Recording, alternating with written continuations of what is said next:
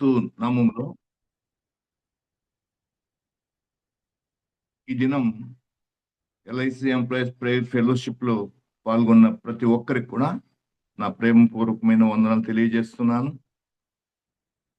మరి ఇప్పటి వరకు కూడా చక్కటి పాటలు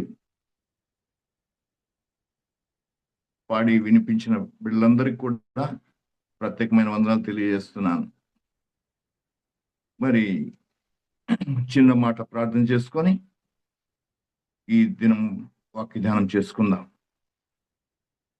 ప్రేమ నమ్మకమైన మా పరలోకపు తండ్రి, కృపగల దేవా, మీ ఘనమైన శ్రేష్టమైన నామాన్ని బట్టి మీకు స్తుతులు చెల్లిస్తున్నాం ప్రభువా. గడిచిన కాలం అంతట్లోనైనా క్షేమకరమైన దినములు మాకు అనుగ్రహించి ఈ యొక్క నూతన దినములో మమ్మల్ని చేర్చి సజీవు లెక్కలో నిలిపి మా ప్రభువా, ఈ సాయంకాల సమయంలో ప్రభువా మీ సన్నిధానంలో మమ్మల్ని చేర్చి మీ నామం స్తుతించి ఆరాధించి గణపరుచుటకు మీ వాక్యము ధ్యానించుకుంటున్నాయినా మాకు అనుగ్రహించిన ఇటువంటి శ్రేష్టమైన సమయాన్ని బట్టి మరొకసారి వందనాలు చెల్లిస్తూ ప్రభువా, ఈ కూడికి ఆద్యంతంలోనైనా మీ యొక్క ఆత్మ అధ్యక్షత నడిపించండి. అల్పుడునైనా నన్ను తండ్రి దర్శించి మా ప్రభునైనా మీరే మా అందరితో కూడా మాట్లాడి మీ నామానికి మహిమ ఘనత ప్రభావాలు తెచ్చుకోమని నజరేయుడైన యేసయ్య నామం పేరిట ప్రార్థించి అడిగి వేడుకొనుచున్నాను తండ్రి, ఆమేన్. మరి చక్కగా జీల్ అని మరి సిస్టర్ అనుపమ సిస్టర్ గారు మంచిగా అది వాల్ పోస్టర్ వేశారు. అక్కడ హృదయం ఈ వాక్యానికి తగ్గినట్టు అలా ఆసక్తి విషయములో మాంసులు కాక ఆత్మయందు తీవ్రత గల వారై ప్రభువుని సేవించుడి అని భక్తుడైన పౌలు మరి భూమిలకు రాస్తూ చెప్తా ఉంటున్నాడు. ఈ 12వ అధ్యాయం అంతా కూడా మరి బ్రదర్ రమేష్ నాయుడు గారు పాట పాడారు. మరి నాగరాజు బ్రదర్ మరి సిస్టర్ అంతా కూడా చక్కటి పాటలు ఆరాధించారు. కాబట్టి ఆసక్తి విషయంలో మాంజుడు కావద్దంటున్నాడు. ఆత్మయందు తీవ్రత గల వారై ప్రభువుని సేవించండి అంటున్నాడు. ఆసక్తి చాలా మందిలో ఆసక్తి లోపిస్తా ఉంది. మరి మన పనుల విషయంలో ఆసక్తి కలిగి ఉంటారు. చాలా పనుల విషయంలో, కొంత పనుల విషయంలో చక్కటి ఆసక్తి చూపిస్తాం. అయితే దేవుని పని విషయంలో ఇంకా ఆసక్తి కలిగి ఉండాలని భక్తుడైన పౌలు చెప్తా ఉంటున్నాడు. మరి ఈ యొక్క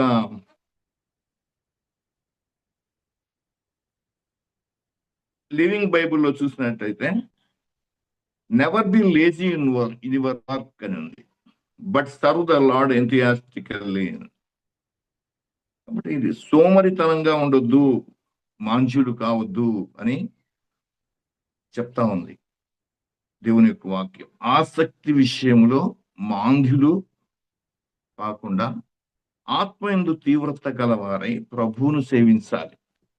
కాబట్టి దేవుని యొక్క మొట్టమొదటి ఆజ్ఞ మనం చూసినట్టయితే మార్కు రాసిన సువార్త 12వ అధ్యాయం 30వ వచనంలో ఈ విధంగా ఉంది: నీవు నీ పూర్ణ హృదయముతోను, పూర్ణ ఆత్మతోను, పూర్ణ వివేకముతోను, నీ పూర్ణ బలముతోను నీ దేవుడైన ప్రభువును సేవింపవలనన్నది.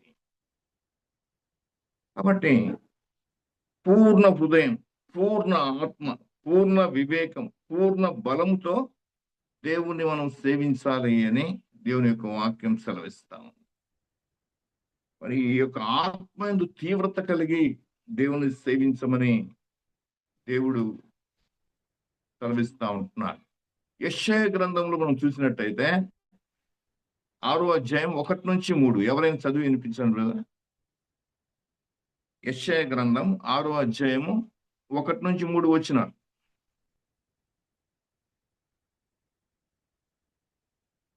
ఎవరైనా సహాయం చేస్తారా? రాజైన ఉజ్జియా మృతి పొందిన సంవత్సరమున అత్యున్నతమైన సింహాసనమందు ప్రభువు ఆసీనుడై ఉండగా నేను చూచితిని.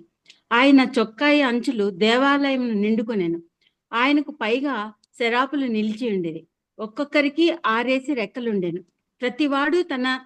ప్రతివాడు 2 రెక్కలతో తన ముఖమును, రెంటితో తన కాళ్లను కప్పుకొనుచు, రెంటితో ఎగురుచుండెను. వారు, సైన్యములకు అధిపతి యెహోవా, పరిశుద్ధుడు, పరిశుద్ధుడు, పరిశుద్ధుడు, సర్వలోకము ఆయన మహిమతో నిండి ఉన్నది అని గొప్ప స్వరముతో ప్రతిగానములు చేయుచుండిరి. ఇంకొక ఆ వచనం చదవండి. 4. వారి కంఠస్వరము వలన గడప కమ్ముల పునాదులు కదులుచు, మందిరము ధూమము చేత నిండగా. Thank you. కాబట్టి ఇక్కడ చూసినట్టయితే పరలోకమందు దేవుని ఆరాధనే ఉంటుంది. అక్కడ సైన్యములకు అధిపతి యెహోవా, పరిశుద్ధుడు, పరిశుద్ధుడు, పరిశుద్ధుడు అని గాన ప్రతిగానములతో దేవదూతలంతా కూడా స్తుతిస్తా ఉంటున్నారు. వారి యొక్క మరి గొప్ప స్వరముతో ఆయన ప్రతిగానం చేస్తున్నారు. వారి కంఠ స్వరముల వల్ల గడప కమ్ముల పునాదులు కదులుచు, మందిరము ధూపము చేత నిండిందంట. దేవుని ఆత్మతో నిండినట్టు చూస్తుంటున్నాం. కనుక వారు అంత గొప్ప స్వరములతో మానక దేవుణ్ణి స్తుతిస్తా ఉంటున్నారు, కీర్తిస్తా ఉంటున్నారు, ఆనందిస్తా ఉంటున్నారు. తీవ్రత అక్కడ కనిపిస్తా ఉంది. కాబట్టి అలాంటి ఆరాధనే భూలోకంలో కూడా ఉండాలని ప్రభు యేసుక్రీస్తు వారు మరి తన రూపంలో, తన పోలికలో మనందరినీ కూడా నిర్మించిన ఈ యొక్క మానవాళి కూడా దేవుణ్ణి స్తుతించాలి, ఆరాధించాలి అని చెప్పి ఆయన భూలోకానికి రిక్తుడుగా వచ్చాడు. అక్కడే దేవుణ్ణి ఆరాధన మొదలైంది. యేసయ్య జన్మం పుట్టినప్పుడే గొల్లలు, జ్ఞానులు వీరంతా వచ్చి కూడా దేవుణ్ణి ఆరాధించినట్టు మనం చూస్తుంటాం, స్తుతించినట్టు చూస్తుంటున్నాం. కనుక మనము ఈ లోకంలో దేవుణ్ణి ఆరాధించాలని దేవుని యొక్క వాక్యం సెలవిస్తా ఉంది. ఎందుకంటే దేవుడు మనుషుల యొక్క ఆరాధన కోసం ఆయన ఎదురు చూస్తూ ఉంటున్నాడు. తన రూపంలో పుట్టిన మానవులు తను స్తుతించాలని, ఆరాధించాలని మరి దేవుడు కోరుకుంటున్నాడు. అందుకోసం ఆయన ఎక్కడైతే 2, 3 కూడి ఆయన నామాన్ని స్తుతిస్తారో లేకపోతే ప్రార్థిస్తారో వారి మధ్య నేను ఉంటాను అని దేవుడు సెలవిస్తా ఉంటున్నాడు. కనుక ఇప్పుడు కూడా మన మధ్యలో దేవుడు ఉన్నాడు. మన మధ్యకు ఆయన వచ్చాడు. స్తుతులపై ఆశీనుడై వచ్చే దేవుడు. కనుక మనం ఆసక్తి కలిగి మంచి ఆసక్తి కలిగి దేవుణ్ణి ఆరాధించే బిడ్డలంగా ఉండాలని దేవుని యొక్క వాక్యం సెలవిస్తా ఉంది. ఒకసారి యేసయ్య ఆ యొక్క సమరయ సుకార అనే గ్రామానికి వెళ్ళినప్పుడు అక్కడ ఉన్న స్త్రీతో సంభాషించేటప్పుడు చెప్తా ఉంటున్నాడు కదా, యథార్థముగా ఆరాధించువారు ఆత్మతోనూ సత్యముతోనూ తండ్రిని ఆరాధించు కాలం వచ్చుచున్నది, అది ఇప్పుడు వచ్చే ఉందమ్మా. ఆమె ఏమంటుందంటే, మా పితరులు ఈ కొండ మీద దేవుణ్ణి ఆరాధించారు, ఇదిగో మరి అక్కడ మేము దేవుణ్ణి ఆరాధించేవారు అని చెప్పినప్పుడు దేవుడు చెప్తా ఉంటున్నాడు, యథార్థముగా దేవుణ్ణి ఆరాధించేవారు ఆత్మతోనూ సత్యముతోనూ దేవుణ్ణి ఆరాధించాలని చెప్తా ఉంటున్నాడు. ఆ కాలము ఇప్పుడు వచ్చే ఉందని చెప్తాం. కనుక మనము చాలా మంది ఈ లోకం మీద ఆసక్తి చూపిస్తూ ఉంటారు, లోక విషయాల్లో. అందుకోసం భక్తుడైన పౌలు చెప్తా ఉంటున్నాడు ఆ యొక్క 12వ అధ్యాయం మొట్టమొదటి వచనంలో, ఈ లోక మర్యాదను మీరు అనుసరించకుండా సజీవ యాగంగా మీ యొక్క శరీరాలని ఆయన సేవలో అర్పించండి అని చెప్తున్నారు. కనుక ఆసక్తి కలిగి మనము దేవుణ్ణి ఆరాధించాలని దేవుని యొక్క వాక్యము మనకు స్పష్టంగా చెప్తా ఉంది. మరి ఇంకా ఏ విషయాల్లో మనం ఆసక్తి కలిగి ఉండాలో ఈ యొక్క సాయంకాల సమయంలో మరి కొన్ని మాటలు మనం ధ్యానించుకుందాం. మరి ప్రకటన గ్రంథం 3వ అధ్యాయము 19వ వాక్యం చూద్దాం. సిస్టర్ చదవండి. ప్రకటన గ్రంథం 3వ అధ్యాయం 19వ వాక్యం. నేను ప్రేమించు వారందరినీ గద్దించి శిక్షించుచున్నాను కనుక నీవు ఆసక్తి కలిగి మారు మనస్సు పొందము. హల్లెలూయా. కాబట్టి నేను ప్రేమించు వారందరినీ కూడా గద్దించి శిక్షించుచున్నాను కనుక నువ్వు ఆసక్తి కలిగి మారు మనసు పొందు అంటున్నాడు. చూడండి, మనము మన బిడ్డలను ప్రేమిస్తాం. ప్రేమించినప్పుడు వాడు ఏదైనా తప్పు చేస్తే వాడిని శిక్షకు గురి చేస్తాం. ఎందుకంటే వాడు చక్కటి మార్గంలోకి రావాలని మనం ప్రయత్నం చేస్తాం. ఆ చక్కటి మార్గంలో వాడు ఉన్నప్పుడు మనం సంతోషిస్తాం. కాబట్టి దేవుడు కూడా మనల్ని ప్రేమించాడు. ఎంతగా ప్రేమించాడు? దేవుడు లోకంను ఎంతగానో ప్రేమించాడు. కాగా తన అద్వితీయ కుమారుడైన మరి ప్రభువును ఈ లోకానికి పంపించినట్టు మనం చూస్తుంటున్నాం. కనుక ఆసక్తి కలిగి మారు మనసు పొందమంటున్నాడు. ఆసక్తి కలిగి మారు మనసు పొందాలి. చాలా మంది మరి ఈ యొక్క రక్షణ విషయంలో మరి ఆసక్తి చూపించట్లేదు. ఇదిగో అప్పుడు ఇప్పుడు అని పోస్ట్పోన్ చేస్తా ఉంటాం. చాలా విషయాల్లో వాయిదా వేస్తుంటాం. ఎందుకంటే తర్వాతలే, ఇప్పుడే వృద్ధాప్యంలో ఎప్పుడో అప్పుడు తీసుకుందాం అనుకుంటాం. కానీ మరి దేవుని యొక్క వాక్యం ఏం సెలవుస్తుందంటే, నువ్వు ఆసక్తి కలిగి మారు మనసు పొందు. బుద్ధి గల కన్యకలు, బుద్ధి లేని కన్యకలు మనం చూసాం. మరి అర్ధరాత్రి వేళ ప్రభువు వస్తున్నప్పుడు మరి బుద్ధి గల కన్యకలు వారి యొక్క బుడిలో నూనె కాకుండా మరి కొద్దిగా నూనె తెచ్చుకుంటున్నారు వారి సిద్ధల్లో. అయితే బుద్ధి లేని కన్యకలు ఒట్టి సిద్ధలు పట్టుకొని వచ్చారు, కొద్దిగా నూనె తీసుకొని. అవి కొద్దిసేపు అయిన తర్వాత ఆరిపోయినాయి, నూనె అయిపోయింది. ఈలోపు మరి రండి పెళ్లి విందుకు అని చెప్పి వినపడినప్పుడు వారు, మేము మా దగ్గర సిద్ధంలో నూనె లేదు కాబట్టి మేము కొని వస్తామని చెప్పి, ఈలో ప్రభు వచ్చాడు. ఈ బుద్ధి గల కన్యకలు ఎత్తబడ్డారు, వీరు విడిచిపెట్టబడ్డారు.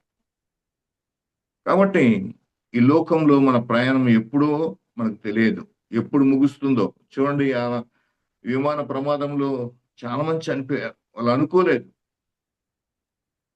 ఇప్పుడు మరణం వస్తుందని అనుకోలేదు. కాబట్టి మరణం ఎప్పుడు వస్తుందో మనకు తెలియదు. కాబట్టి ఈ రక్షణ విషయంలో ఆసక్తి కలిగి ఉండాలి. అందుకోసమే ఇది గొప్ప రక్షణ అంటున్నాడు. ఇంత గొప్ప రక్షణను నిర్లక్ష్యం చేయకూడదు అంటున్నాడు.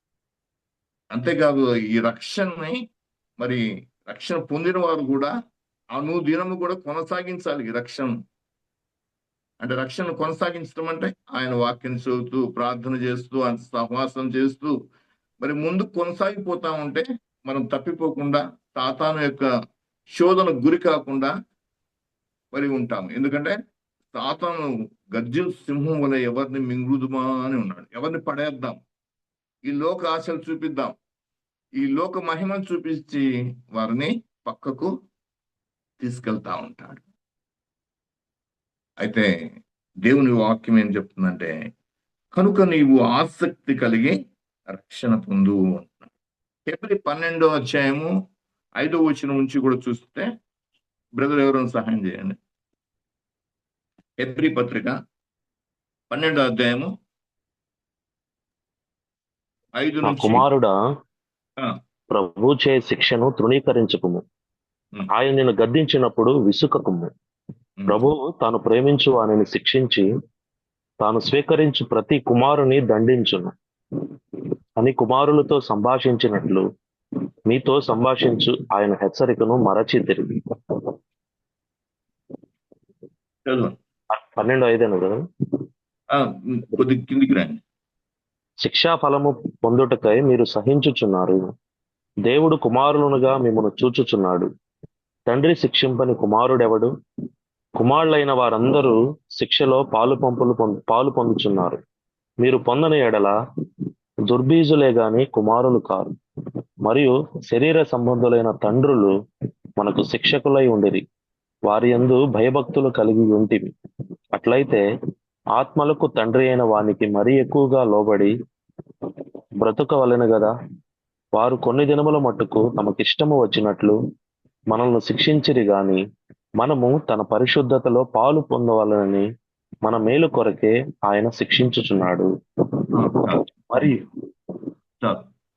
కాబట్టి ఆయన పరిశుద్ధతలో మనం పాలు పొందాలని చెప్పేసి మేలు కోసమే ఆయన మనకు శిక్షిస్తా ఉంటున్నాడు. ఈ యొక్క విశ్వాస యాత్రలో కొన్ని శ్రమలు, శోధనలు వస్తాయి. వచ్చినప్పుడు మనం కుంగిపోకుండా ప్రభు చెప్తా ఉంటున్నాడు, తను ప్రేమించే వారిని శిక్షించి గద్దిస్తున్నాను. మరి అలా కష్టాలు, నష్టాలు వచ్చినప్పుడు నాకే ఎందుకు వచ్చాయి శ్రమలు, నాకే ఎందుకు ఈ యొక్క శోధనలు వచ్చాయి అనుకోకూడదు. ఎందుకంటే కుమారులైన వారందరూ కూడా శిక్షలో పాలు పంపులు పొందాలంటున్నారు. కాబట్టి మనం మేలు కోసమే, మన పరిశుద్ధత కోసమే ఆయన మనల్ని అప్పుడప్పుడు గద్దిస్తాడు, శిక్షిస్తాడు అని దేవుని యొక్క వాక్యము సెలవిస్తా ఉంది. కాబట్టి ఆసక్తి కలిగి మారు మనసు పొందాలి, రక్షణ పొందాలి అని దేవుని యొక్క వాక్యం సెలవిస్తుంది.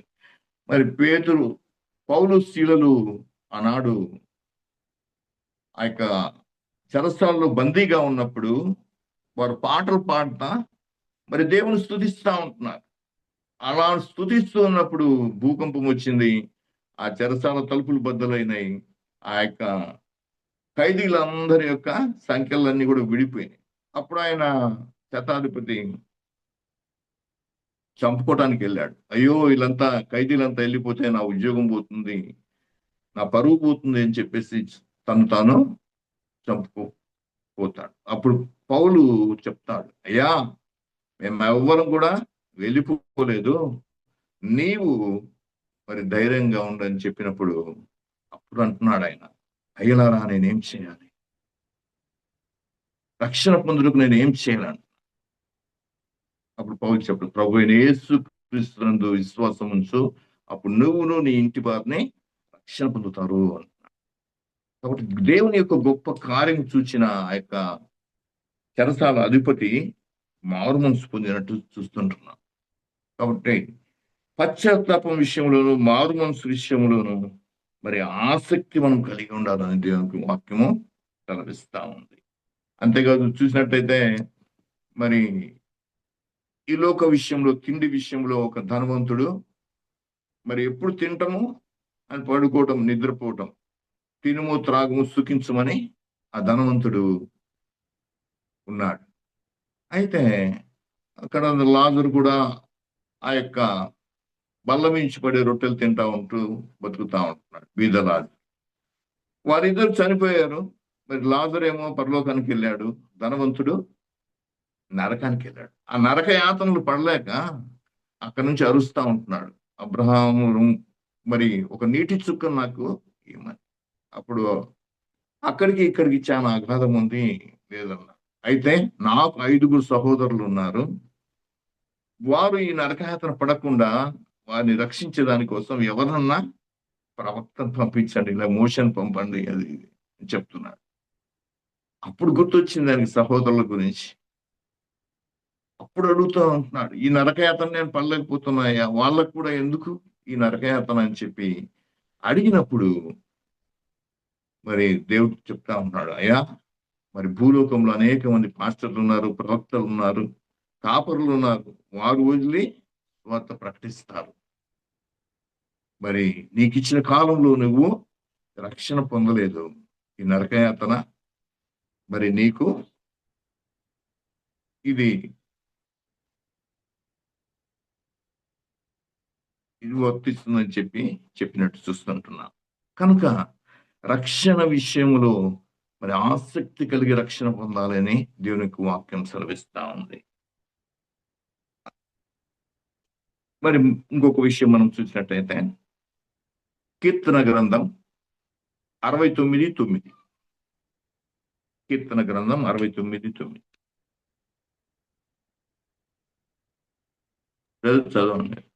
నీ ఇంటిని గూర్చిన ఆసక్తి నన్ను భక్షించి ఉన్నది. నీ ఇంటిని గూర్చిన ఆసక్తి నన్ను భక్షించి ఉన్నది. నన్ను భక్షించుచున్నది. నిన్ను నిందించిన వారి నిందలు నా మీద పడి ఉన్నవి. చాలు. కాబట్టి నీ ఇంటిని కూర్చిన ఆసక్తి నన్ను భక్షించుతున్నది అంటున్నాడు. కాబట్టి మనం చూసినట్లయితే ఇంటిని గురించి ఆసక్తి. అయితే ఈ ఇంటిని కాదు కానీ దేవుడు చెప్పేది మన హృదయాన్ని గురించి ఆసక్తి భక్షిస్తుంది.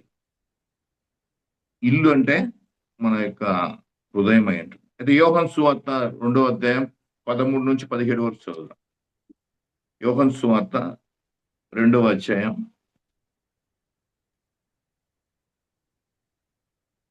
13వ వాక్యం నుంచి 17 వరకు. పస్కా పండుగ యూదుల పస్కా పండుగ సమీపింపగా యేసు యెరూషలేమునకు వెళ్లి దేవాలయంలో ఎడ్లను, గొర్రెలను, పావురములను అమ్మువారును, రోకలు మార్చువారును కూర్చుండట చూచి రాళ్లతో కొరడాలు చేసి గొర్రెలను, ఎడ్లనన్నిటినీ దేవాలయములో నుండి తోలివేసి రోకలు మార్చువారి రోకలు చల్లివేసి వారి బల్లలు పడద్రోసి పావురములు అమ్మవారితో, వీటిని ఇక్కడ నుండి తీసుకొని పొండి, నా తండ్రి ఇల్లు వ్యాపారపు ఇల్లుగా చేయకుడని చెప్పాను. ఆయన శిష్యులు, నీ ఇంటిని గూర్చిన ఆసక్తి నన్ను భక్షించునని వ్రాయబడి ఉన్నట్టు జ్ఞాపకము చేసుకునేది. హల్లెలూయా. కాబట్టి ఇక్కడ చూసినట్టయితే ప్రభు అయిన యేసుక్రీస్తు వారు ఆయనకు ఒక్కసారే కోపం వచ్చినట్టు మనం చూస్తుంటున్నాం.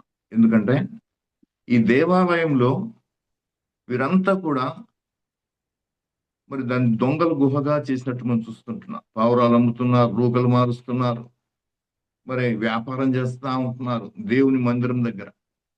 మరి ఇలాంటి కార్యములన్నీ కూడా చూసినప్పుడు ఆయన కోప్పడి మరి వాళ్ళ బల్లనల్ని కూడా తోసివేసి ఆ యొక్క రూకలు మార్చువారి రూకలు చల్లివేసి వారి బల్లలు పడదోసి పావురములు అమ్మవారితో, వీటిని ఇక్కడ నుండి తీసుకుపోండి, నా తండ్రి ఇల్లు వ్యాపారపు ఇల్లుగా చేయకూడదని చెప్పాను.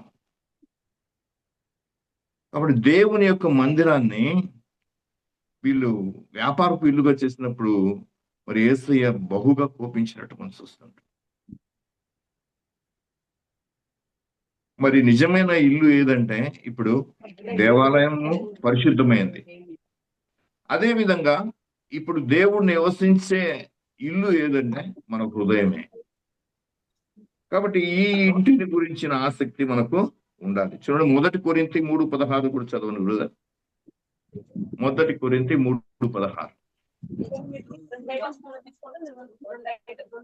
మీరు దేవుని ఆలయమై ఉన్నారని, దేవుని ఆత్మ మీలో నివసించుచున్నాడనియు మీరు ఎరుగరా? ఎవడైనను దేవుని ఆలయమును పాడు చేసిన ఎడల దేవుడు వానిని పాడు చేయను. దేవుని ఆలయము పరిశుద్ధమై ఉన్నది, మీరు ఆ ఆలయమై ఉన్నారు. చాలు. కాబట్టి దేవుని ఆలయమైంది, మన హృదయమే దేవుని ఆలయమై ఉన్నదని మీరు ఎరగరా? దేవుడు ఎక్కడో నివసించాడు కానీ మన హృదయంలోనే దేవుడు కోరుకుంటున్నాడు. ఈ ఇల్లు రమేష్ మరి బ్రదర్ మన మ్యూట్ లో ఇంటిని పెట్టు. మనం ఎంతో శుభ్రంగా ఉంచుకుంటుంటాం. మన ఇంటిని మనమంతా కూడా పొద్దున్నే చక్కగా ఊడ్చి తుడిచి పరిశుద్ధంగా పవిత్రంగా ఉంచుకుంటుంటాం. ఇంటిని కూడా, ఆలయాన్ని కూడా పరిశుద్ధంగానే ఉంచుతుంటాం. అయితే మన హృదయమే దేవుడు నివసించే ఆలయం అని దేవుని యొక్క వాక్యం సెలవిస్తుంది. కాబట్టి ఈ ఈ ఆలయాన్ని మనము ఎంతైనా పరిశుద్ధంగా ఉంచుకోవాలి. ఎందుకంటే దేవుడు మనలో నివసిస్తాడు కాబట్టి ఆయన పరిశుద్ధత ఉన్న చోటనే ఆయన ఉంటాడు. కాబట్టి మనలో ఉన్న ఏవైతే ఆయనకు ఆయాసకరమైన మార్గాలు మనలో ఉంటాయో అవన్నీ కూడా తీసివేసి పరిశుద్ధంగా జీవించడానికి, పవిత్రంగా జీవించడానికి, మరి ఆయనకు అనుకూలమైన యాగంగా మన శరీరాలను అర్పించమని కోరుతా ఉంటున్నా.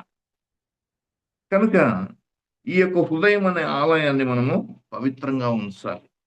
1 పేతురు 2వ అధ్యాయము 5వ వాక్యం కూడా చదవండి. 1 పేతురు 2:5. యేసుక్రీస్తు ద్వారా దేవునికి అనుకూలమగు ఆత్మ సంబంధమైన బలులు అర్పించుట చదవండి. కట్టబడు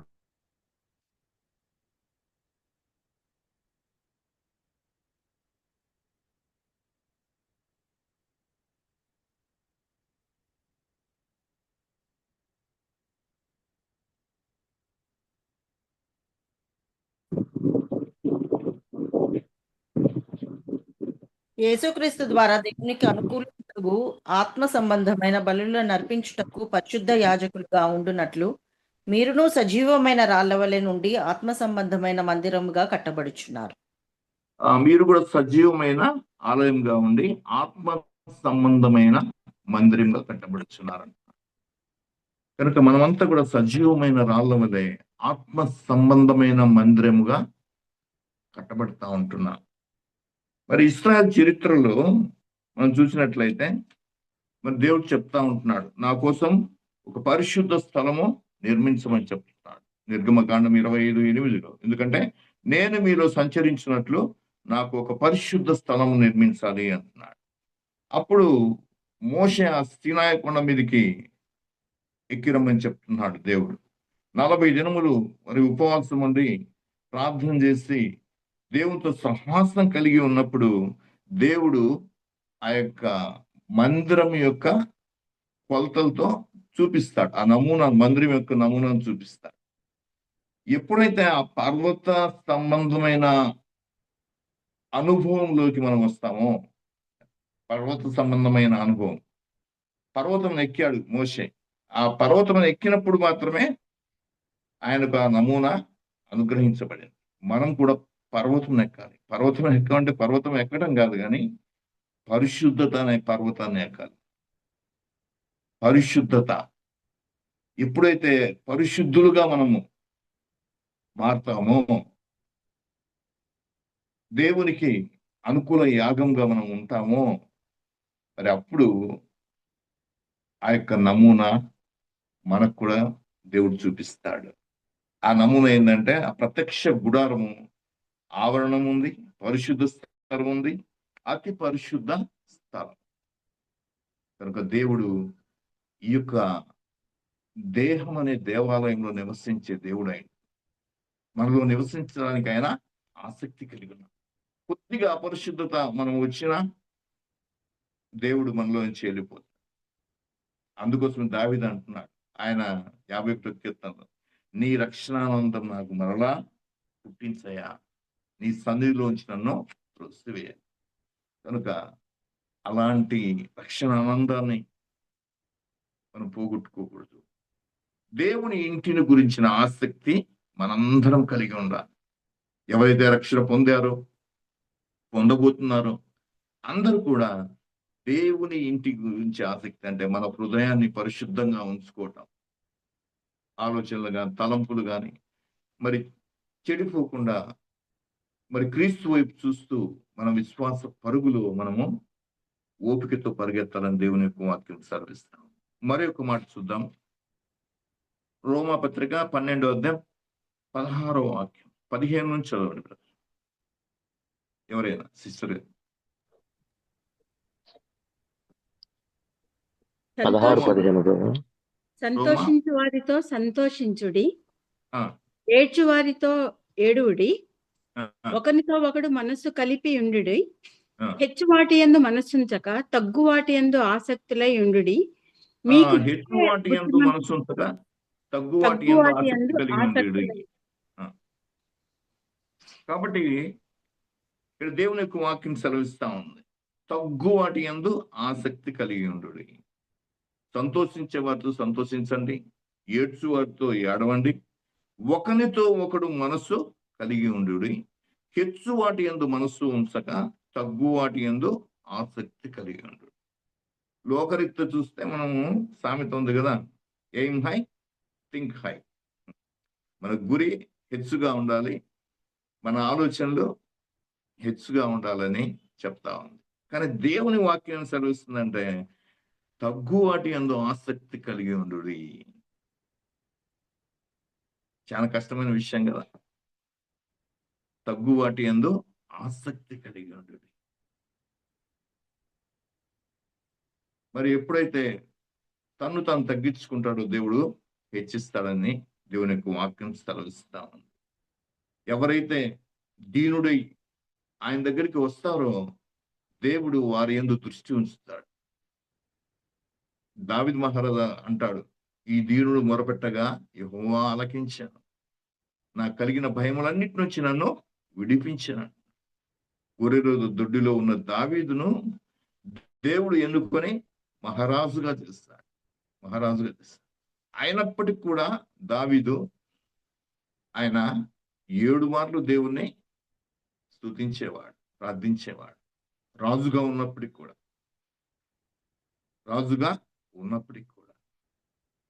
ప్రతి సమయమందు కూడా దేవునికి ఇష్టానుసరుడుగా ప్రియుడుగా ఉన్నట్టు మనం చూస్తూ ఉంటున్నాం. అందుకోసమే ఆయన దేవుడు హెచ్చించాడు. మనం ఎంత తగ్గించుకుంటాం, దేవుడు మనల్ని ఉన్నత స్థలముల మీద నిలబెట్టే గొప్ప దేవుడు మన దేవుడు. ఎఫెసీ పత్రిక 4వ అధ్యాయము 1-3 వరకు చదువుదాం.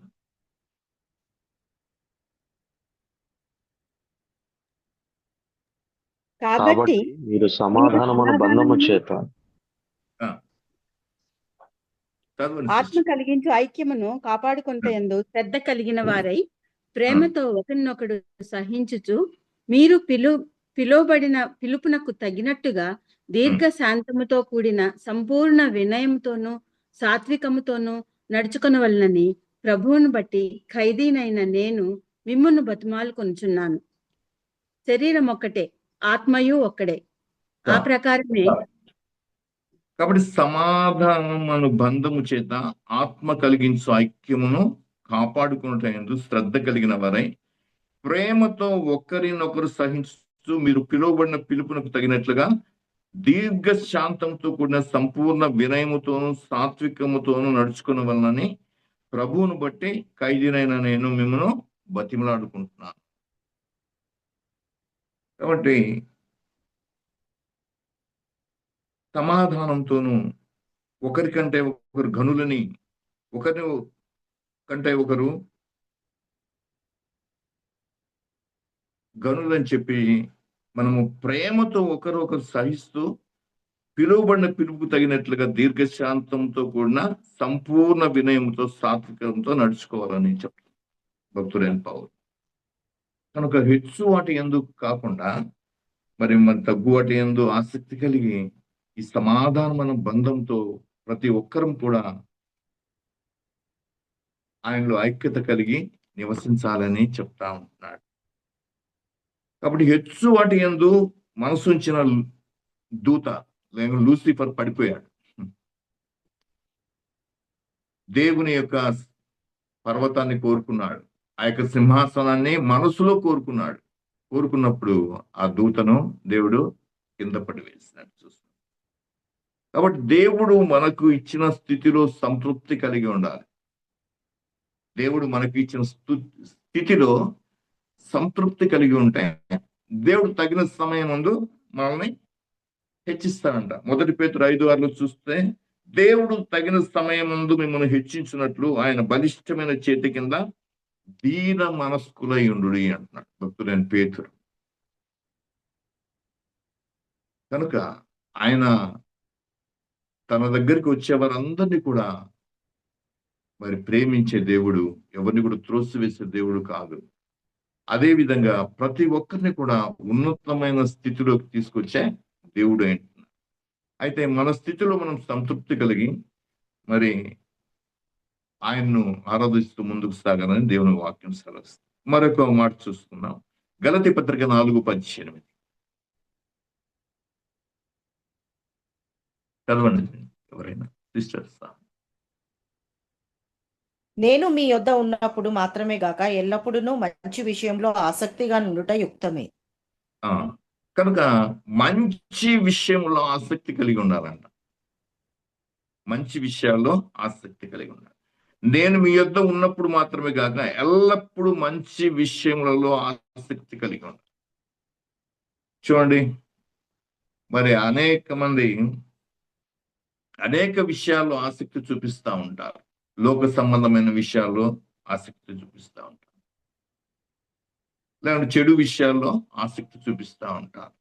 కొందరు మరి సినిమాలని, కొంతమంది షికార్లని, కొంతమంది స్నేహితులతో సరదాగా ఉండటం కానీ ఇట్లాంటి మంచిదే. అయితే మంచి విషయములలో ఆసక్తి కలిగి ఉండమంటున్నారు. ఏది మంచో, దేవుని దృష్టికి ఏది మంచిదో అది ఎరిగి ఆ మంచి విషయంలో మనము ఆసక్తి కలిగి ఉండాలి. తీతు 2:14 చూసినట్టయితే, ఆయన సమస్తమైన దుర్నీతి నుండి మనల్ని విమోచించి సత్క్రియలందు ఆసక్తి గల ప్రజలను తన కోసరము పవిత్రపరుచుకొని తన సొత్తుగా చేసుకున్నట్టుకు తను తానే మన కొరకు దేవుడు అప్పగించుకొనెను అని చెప్తున్నాడు. కనుక సమస్తమైన దుర్నీతి నుంచి దేవుడు మనల్ని విమోచించి సత్క్రియలందు ఆసక్తి గల ప్రజలని తన కోసము పవిత్రపరుచుకొని తన సొత్తుగా చేసుకున్నట్టుకు తన్ను తానే అర్పించుకున్నాడు. కనుక సత్క్రియలందు ఆసక్తి కలిగి మరి పవిత్రపరుచుకొని ఉండే బిడ్డలను తన సొత్తుగా చేసుకుంటున్నాడు. మీరు నా సొత్తైన ప్రజలు అంటున్నాడు.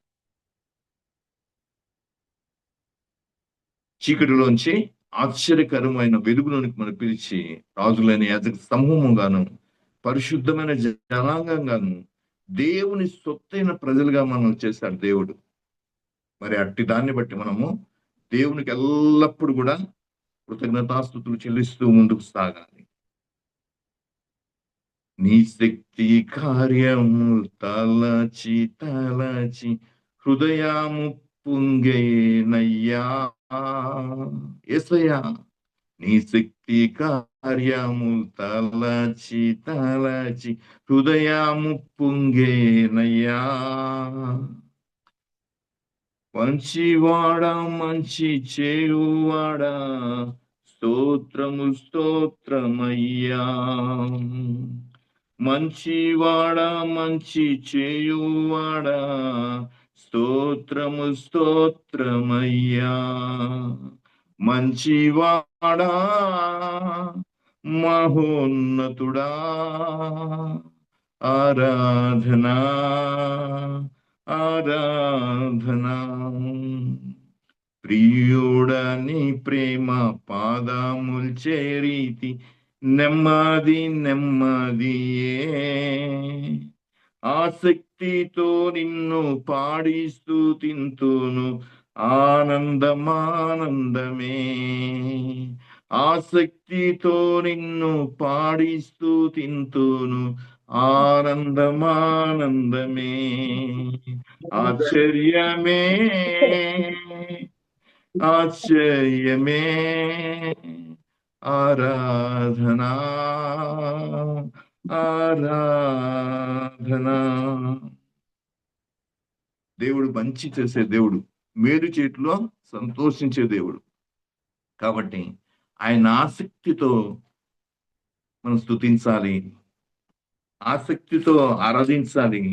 రక్షణ విషయంలో ఆసక్తి కలిగి ఉండాలి. దేవుని ఇంటిని గురించిన ఆసక్తి మనకు కలిగి ఉండాలి. తగ్గువటి యందు ఆసక్తి కలిగి ఉండాలి. మంచి విషయములందు ఆసక్తి కలిగి ఉండాలి. ఇంకొక మాట చెప్పి నేను ముగిస్తాను. అపోస్తుల కార్యగ్రంథం 12వ అధ్యాయం 5వ వాక్యం.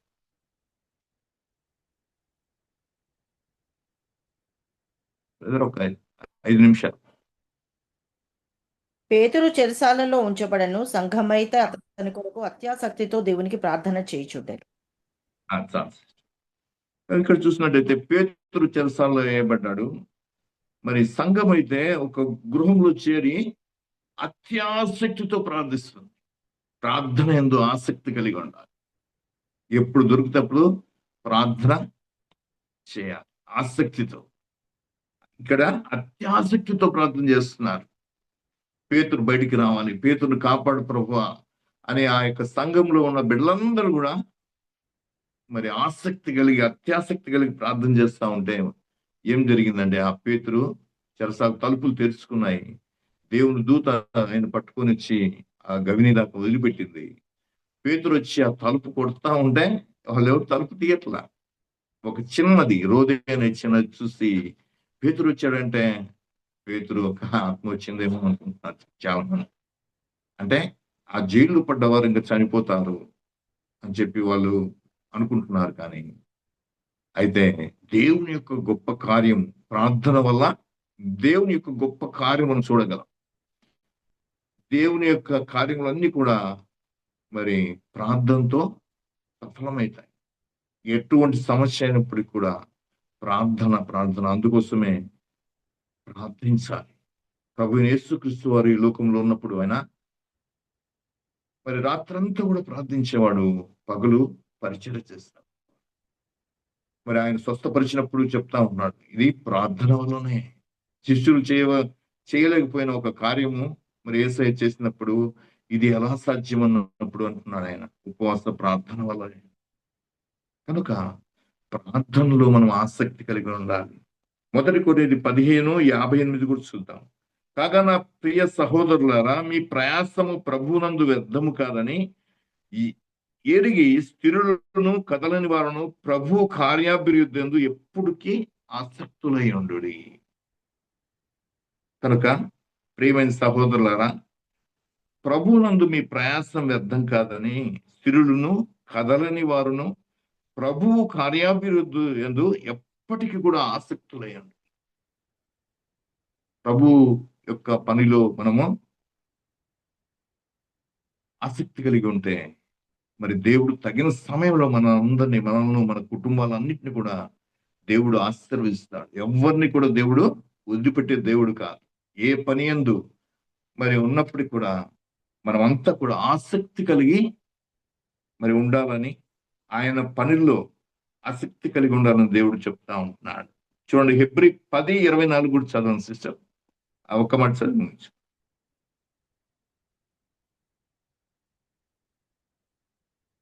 హెబ్రీ పత్రిక 10:24.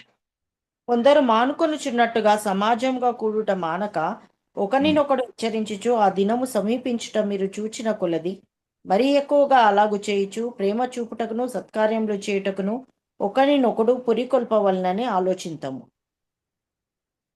కొందరు మానుకొనుచున్నట్టుగా సమాజంగా కూడుట మానక ఒకరినొకడు హెచ్చరించుకొనుచు ఆ దినము సమీపించు కొలది మరి ఎక్కువగా అలాగు చేయుచు ప్రేమ చూపుచు సత్కార్యములు చేయుటకు ఒకరినొకడు పురికొల్పుకొనవలనని ఆలోచించము.